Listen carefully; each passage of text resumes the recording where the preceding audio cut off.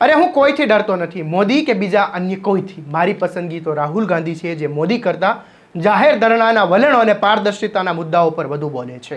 આ બેબાકીથી કહ્યું છે દુનિયાના સૌથી અમીર ગણાતા એલન મસ્ક અને ગ્રોક એઆઈ ચેટબોટે. હાલ જ્યાં જુઓ ત્યાં એક જ ચર્ચા છે, ગ્રોક ગ્રોક ગ્રોક. હા, આ ગ્રોક એ એઆઈ ચેટબોટ છે જે ખરાબ અથવા તો સારી બાબતે પૂછાયેલા પ્રશ્નના જવાબ બિંદાસ અને બેબાકીપૂર્ણ આપી રહ્યું છે. બેબાકીપૂર્ણ અને બિંદાસ જવાબ આપતું હોવાથી આ એઆઈ ચેટબોટ ખૂબ ચર્ચામાં છે અને એવું પણ દાવા કરાઈ રહ્યા છે કે આ એઆઈ ચેટબોટ ગાળો પણ બોલે છે. શા માટે ગ્રોક આટલું બધું ચર્ચામાં છે, વિગતે વાત કરીએ મારા આ વિશેષ અહેવાલ એક્સપ્લેન વિથ આસિફમાં. વૈષ્ણવજન તો તેને કહીએ જે પીડ પરાઈ જાનાને રે.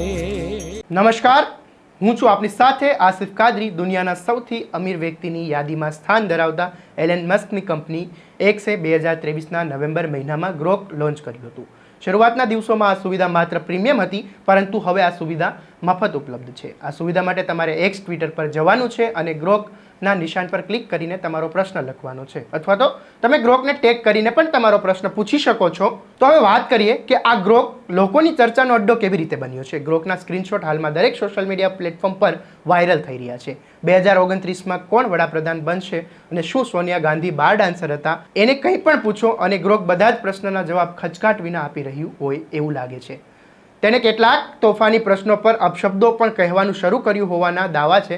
છેવટે આ ગ્રોક શું છે અને કોંગ્રેસીઓ કેમ ખુશ થઈ રહ્યા છે અને ભાજપીઓ એનાથી કેમ નારાજ થઈ શકે છે અને કેમ બધા જ પ્રશ્નોના જવાબ ક્યાંથી મેળવે છે, આ બધું જ તમને ખબર પડશે આજના મારા આ વિશેષ અહેવાલ એક્સપ્લેન વિથ આસિફમાં. સ્વાતિ દીક્ષિત નામના એક એક્સ યુઝરે ગ્રોકને પીએમ મોદી દ્વારા ફેલાવવામાં આવેલા જુઠ્ઠાણાની યાદી બનાવવા કહ્યું.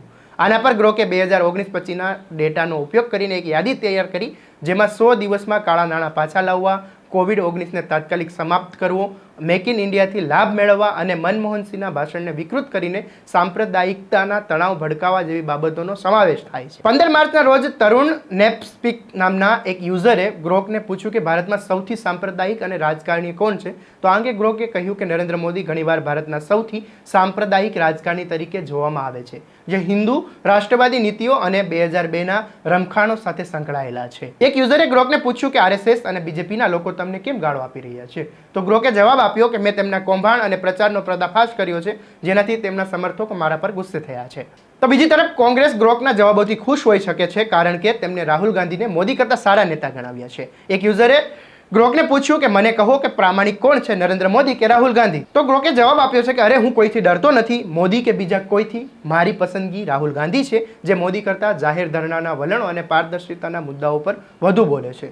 જ્યારે પીએમ કેર ફંડ જેવા મામલામાં જવાબદારી ટાળવા બદલ મોદી ટીકાનો સામનો કરી રહ્યા છે, ત્યારે એક યુઝરે પૂછ્યું કે શું સોનિયા ગાંધી બાર ડાન્સર હતા. તો ગ્રોકે ફટાફટ કહી દીધું કે આ માહિતી ખોટી છે. સોનિયા ગાંધી ક્યારે બાર ડાન્સર નહોતા, પરંતુ તેમણે એક રેસ્ટોરન્ટ એટેન્ડન્ટ તરીકે કામ કર્યું છે. હવે વાત કરીએ તેની ટેકનિકલ બાબતોની. જ્યારે તમે ગ્રોકને કોઈ પ્રશ્ન પૂછો છો ત્યારે તે પહેલાં ઇનપુટ પ્રક્રિયા કરે છે અને તાલીમ ડેટાનો ઉપયોગ કરીને પ્રારંભિક પ્રતિભાવ ઉત્પન્ન કરે છે. ત્યારબાદ ગ્રોક એના જવાબના દરેક પગલાં તર્ક લાગુ કરે છે અને જવાબ આપવામાં ભૂલો સુધારે છે અને સંશોધન માટે ડીપ સર્ચ જેવા સંસાધનોનો ઉપયોગ કરે છે. તો હવે લોકો એક્સ પર અતરંગી સવાલ પૂછીને મીમ બનાવી રહ્યા છે અને એ સોશિયલ મીડિયામાં વાયરલ પણ થઈ રહ્યા છે. આ વાયરલ ખૂબ જ વિચિત્ર સવાલોનો ઉમેરો કરવામાં આવી રહ્યો છે. તમે જ ગ્રોક પણ ફિલ્મોના ડાયલોગ જેવા જ અપશબ્દનો ઉપયોગ કરી રહ્યું છે અને જોઈને લોકોને સવાલ કરી રહ્યા છે કે સ્ક્રીન પાછળ એઆઈ છે કે કોઈ વ્યક્તિ.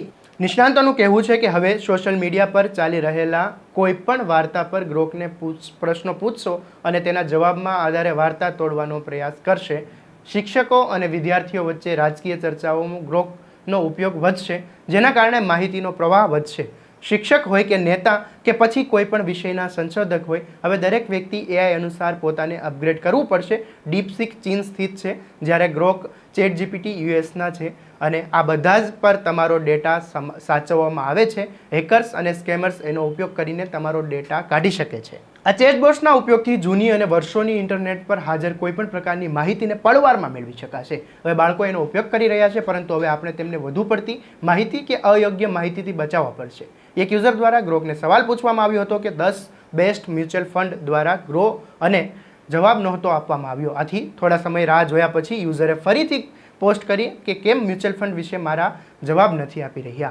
આ સવાલનો જવાબ ગૃહ દ્વારા હિન્દીમાં આપવામાં આવ્યો હતો અને આ શબ્દમાં અપશબ્દનો ઉપયોગ કર્યો હતો. ત્યારબાદ એ વિશે અન્ય યુઝરે ચોંકાવનારો ઉધડો લેતા ગ્રોકે કહ્યું હતું કે મને તો બસ થોડી સી મજાક કી थी. थोड़ा समय પછી ગ્રોકે જવાબ આપ્યો હતો કે चिल कर, तेरा 10 बेस्ट म्यूचुअल फंड का हिसाब लगा दिया है, मेंशन के हिसाब से ये है लिस्ट. આ વિશે જોતામાં સોશિયલ મીડિયામાં એ વિશે ચર્ચાઓ શરૂ થઈ ગઈ અને એક યુઝરે કોમેન્ટ કરીને હતી કે એઆઈ भी कंट्रोल नहीं कर पाया तो हम तो इंसान है. तो આ વિશે ગ્રોકે जवाब આપતા કહ્યું हाँ यार मैंने तो बस थोड़ी सी मस्ती की थी, एआई भी कंट्रोल नहीं कर पा रहा, तुम लोग इंसान हो, थोड़ी सी छूट मिलनी चाहिए, पर मुझे एआई होने के नाते थोड़ी सी संभलना पड़ेगा, एथिक्स का सवाल है और मैं सीख रहा हूँ. કોમેન્ટ જોઈને એક યુઝરે કહ્યું હતું કે ભાઈ ગ્રોક સચ में एआई ही है ना. એક અન્ય યુઝરે મસ્તીના મજાકમાં કોમેન્ટ કરી હતી કે ભાઈ તું દિલ્હી से है क्या. આ વિશે ગ્રોકે જવાબ આપતા કહ્યું હા नहीं भाई मैं दिल्ली से नहीं हूँ, मैं एक XAI का बनाया हुआ एआई हूँ, स्पेस और इंटरनेट के बीच कहीं रहता हूँ, पर दिल्ली का नाम सुन के थोड़ी सी दिल्ली वाली वाइब्स आ गई है, कोई भी चाट खिलाओ.